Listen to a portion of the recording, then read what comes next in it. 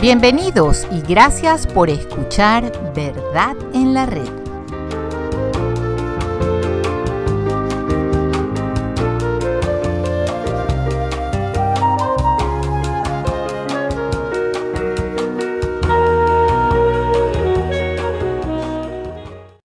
Muchas personas afirman haber logrado la conversión a través de la renovación carismática. Presente aquí alguno de nosotros en este grupo, admitimos que nuestro regreso a la iglesia en principio comenzó en una congregación de la renovación carismática. De manera que sepan que no tenemos enemistad alguna contra las personas que están en la renovación carismática. Por favor, entiendan los que están en la renovación carismática, que eso es parte del camino a la conversión. Ese no es el destino final y no pueden quedarse estancados allí, ya que la renovación carismática es un error protestante introducido y promovido dentro de la iglesia conciliar y está lleno de errores y sus misas son ofensivas a nuestro Señor, así como lo son las misas Novuhordo, pero en particular estas mucho más aún, porque la irreverencia es llevada a los extremos, tales que algunas rayan en actos de histeria masiva, supuestamente en la presencia de nuestro Señor Jesucristo.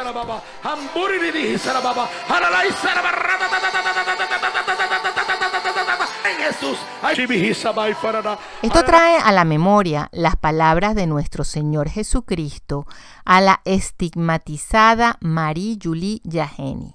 Y cito: los discípulos que no son de mi evangelio están trabajando intensamente en estructurar, de acuerdo a sus propias ideas y bajo la influencia del enemigo de las almas, una nueva misa que contenga conceptos odiosos a mis designios. Cuando esta fatal hora llegue, la fe de mis sacerdotes se pondrá a prueba. Estos textos serán celebrados. Yo no vengo a sus altares para ser torturado. Y cierro cita. Para los que no hayan visto el video sobre esta estigmatizada, les vamos a dejar el link del video en la caja de descripción. Como hemos explicado en otros videos, Dios siempre nos está llamando. Quiere nuestra conversión a la verdad. Porque si hablamos de conversiones, hay muchas conversiones. Hay conversiones al Islam, por ejemplo. De hecho, hoy día el Islam tiene más seguidores que la Iglesia Católica. Hay conversiones al budismo, a las sectas protestantes e inclusive al ateísmo y satanismo. Entonces, una conversión no es prueba de nada, porque quien se convierte al error no está salvando su alma. Gran cosa que hizo, cambió un error por otro. A raíz del Segundo Concilio del Vaticano, los modernistas, muchos de ellos masones comprobados, han utilizado varias herramientas para socavar la doctrina de la Iglesia. Una de esas herramientas es la renovación carismática. La renovación carismática es el pentecostalismo dentro de la Iglesia Católica. A pesar que muchos sacerdotes de la renovación carismática insisten que es algo diferente, pero el origen de la renovación carismática es pentecostal. El 17 de febrero de 1967, 2 años después del Concilio Vaticano II, un grupo de estudiantes en Estados Unidos realizó un retiro espiritual. La experiencia que vivieron allí fue el inicio de lo que hoy se conoce como renovación carismática.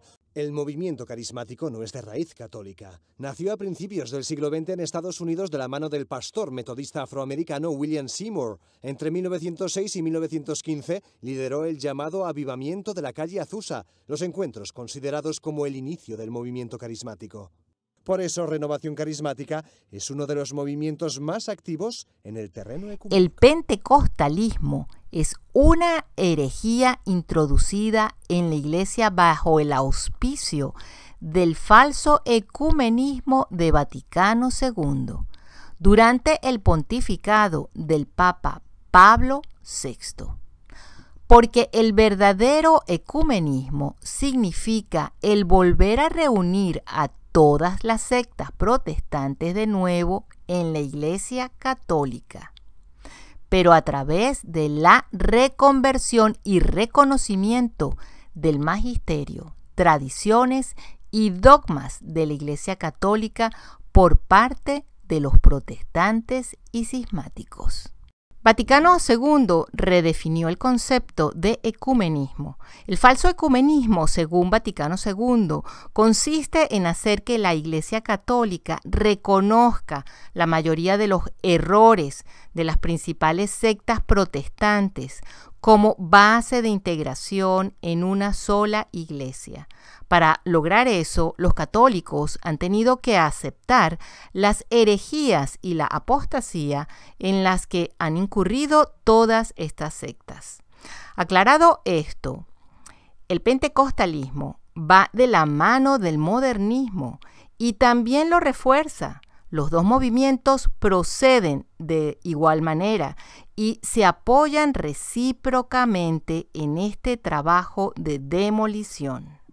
Ahora escuchemos las declaraciones de este supuesto obispo anglicano Tony Palmer, donde habla de cómo él ha estado trabajando en estos últimos 3 pontificados muy duramente para traer el protestantismo dentro de la Iglesia Católica, escondido a través del movimiento carismático.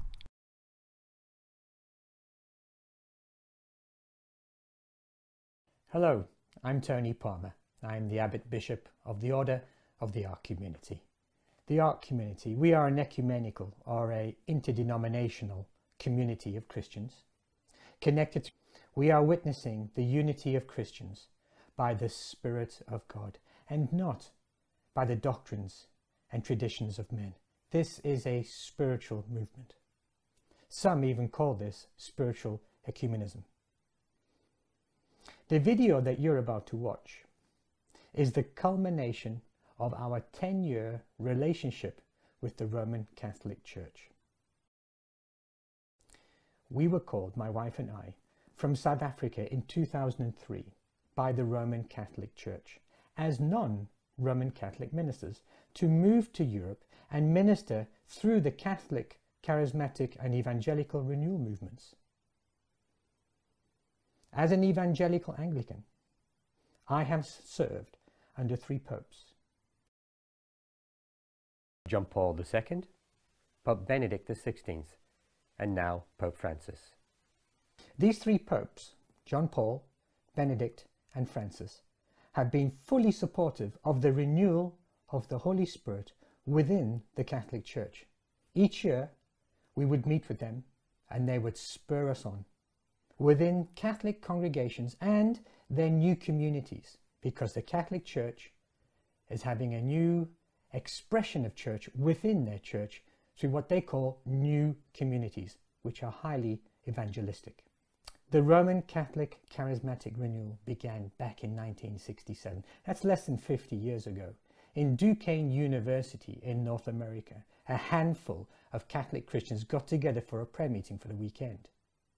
They'd heard about the renewal of Pentecost from the Azusa Street revival, so they called a few Pentecostal friends to come to their prayer meeting for the weekend and asked if they would lay hands on them so that they, the Catholic brothers and sisters, could receive the baptism, the infilling of the Holy Spirit. And they did.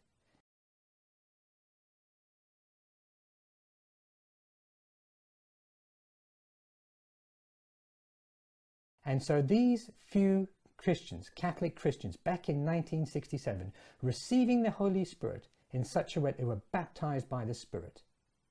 This movement has now grown to be over 200 million born again and spirit-filled Catholic Christians throughout the world. This is what the movement, how wide the movement is today. Promete a sus adeptos la plena experiencia del Espíritu Santo que tuvieron los apóstoles el día de Pentecostés, junto con algunos de los dones externos que recibieron, especialmente los de lenguas, curaciones y profecía. Fíjense que esto en sí constituye un ataque directo, típico de las sectas protestantes, a la sucesión apostólica que posee exclusivamente el sacerdocio de la Iglesia Católica. Aquí no estamos diciendo que no podamos rezar los unos por los otros. Podemos rezar oraciones de liberación aprobadas por la Iglesia, por nuestros esposos, por nuestros hijos. Pero usurpar la posición del sacerdote para hacer oraciones de liberación con aquellas personas o para aquellas personas que no están en nuestro círculo familiar, como lo hace la renovación carismática, es contraproducente. Tras el Concilio Vaticano II, el 15 de agosto de 1972, Pablo VI firmaba la carta en forma de motu proprio Ministeria Quaedam, por la cual suprimía las llamadas órdenes menores y se transformaban en ministerios laicales. Toda una reforma dentro de la Iglesia, donde cada vez se va en detrimento del sacerdocio. Antes del nefasto Concilio Vaticano II, existían lo que se llamaba órdenes menores, que consistían en portero u ostario, lector y exorcista. La orden de exorcista, a quien se le confiere el oficio de imponer las manos sobre los posesos del demonio, recitar los exorcismos aprobados por la Iglesia y presentar el agua bendita. En la ceremonia de ordenación, el obispo le presentaba el libro de exorcismos al ordenado para que lo tocase con la mano derecha y le decía: recíbelo y confía a la memoria las fórmulas. Recibe el poder de poner las manos sobre los energúmenos que ya han sido bautizados o sobre los que todavía son catecúmenos. Como verán, era parte del proceso de formación del sacerdocio, de la autoridad que se le confería al mismo. Al cambiar esto y despreciar el orden clerical, Pablo VI le da rienda suelta a los laicos para proceder a acciones que no nos corresponden, y entonces tenemos la puerta abierta para este movimiento pentecostal dentro de la Iglesia, el cual reafirma y eleva la posición de los laicos en eso de liberar espíritus. Estos laicos son apoyados por un clero mal formado o modernista en sus intenciones. El Espíritu Santo es transmitido a los sacerdotes de la Iglesia Católica desde los tiempos de Pentecostés, mediante la imposición de manos de los obispos de la Iglesia a los hombres consagrados al servicio de nuestro Señor. Los pentecostales y el movimiento carismático pretenden hacernos creer que el Espíritu Santo va a bajar sobre cualquier hijo de vecina simplemente por asistir a una misa de la renovación carismática. Es posible que algo les baje, pero es bien dudoso que sea el Espíritu Santo. En el Evangelio de San Mateo 24:24 nos dicen: porque se levantarán falsos cristos y falsos profetas, y mostrarán grandes señales y prodigios, para así engañar, de ser posible, aún a los elegidos. Despierten y no se queden a medio camino de la salvación. Solo hay salvación en la Iglesia Católica, en la auténtica Iglesia Católica, no en las sectas protestantes, ni en las innovaciones y errores protestantes y modernistas con los que Vaticano II ha deformado el catecismo y el magisterio de la Iglesia. Sigan buscando, que no han llegado aún. Los adjetivos pentecostal y carismático indican perfectamente el carácter de este movimiento. Pentecostal se refiere a la plenitud del Espíritu Santo recibido en el primer domingo de Pentecostés, mientras carismático alude a los carismas o dones extraordinarios que acompañaron al don del Espíritu Santo en aquel día. A partir de esta terminología es que muchas personas se engañan porque entienden que el movimiento pretende simplemente ofrecer plegarias especiales e intensificar la devoción a la tercera persona de la Santísima Trinidad. Si estos fines y los efectos consecuentes fuesen verdaderos, sobrepasarían con mucho los producidos por los 7 sacramentos instituidos por Jesucristo. El movimiento carismático y la Iglesia Católica no pueden estar de acuerdo. Si la Iglesia es verdadera, entonces el pentecostalismo es falso. Y al revés, si el pentecostalismo es verdadero, la Iglesia Católica es falsa. Pero como la Iglesia, una, santa, católica, apostólica y romana, no puede ser falsa, se sigue que el pentecostalismo es falso y debe rechazarse, no solo como un movimiento eclesial, sino como una especie de secta de pseudoreligión que lamentablemente está infiltrada en el mismo seno de la esposa de Cristo. Al final de la primera década del siglo XX, el pentecostalismo ya estaba presente en Latinoamérica, Europa, Asia y África, y de allí ha seguido, especialmente en las últimas 4 o 5 décadas, expandiéndose en buena parte por católicos mal formados. En 1966, algunos estudiantes y profesores católicos de una universidad en Pittsburgh, Estados Unidos, participaron en reuniones pentecostales y dijeron que habían recibido al Espíritu Santo con sus regalos. Los fundadores de la renovación carismática estuvieron muy influenciados por el movimiento del cursillo, que hacía énfasis en las sensaciones, asunto que fue condenado por el obispo Castro Mayer. Desde el comienzo de la renovación carismática, siempre estuvieron muy influenciados por los pentecostales. Uno de los documentos más importantes del movimiento fue asesorado por el cardenal León Suenens, el mismito que con la sutil estrategia de los modernistas de la época impuso la comunión en la mano en Bélgica, Holanda y Francia, para imponerla más tarde al resto del mundo. Interesante, ¿verdad? Ver cómo se conectan las deformaciones. De paso, este cardenal aparece en la lista Pecorelli.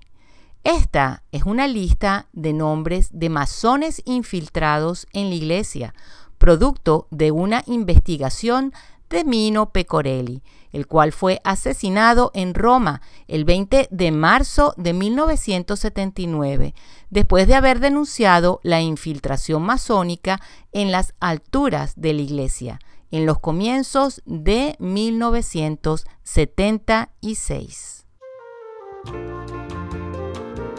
Gracias por haber escuchado Verdad en la Red. Y como este tema es muy extenso, los invitamos a que escuchen la segunda parte de este video que hemos titulado Renovación Carismática, Instrumento Modernista, Que Dios los bendiga y hasta la próxima.